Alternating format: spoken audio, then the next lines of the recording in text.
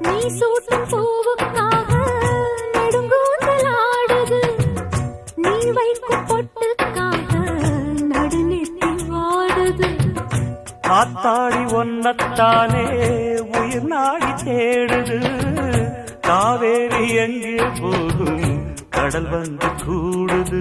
அந்திப் பொழுதில் தென்னங்கிளையில் தென்றல் கூத்தாட மையை எழுதி மஞ்சள் குருவி கையை கோத்தாட அடங்காத ஆசை கொண்டு நானும் போராட.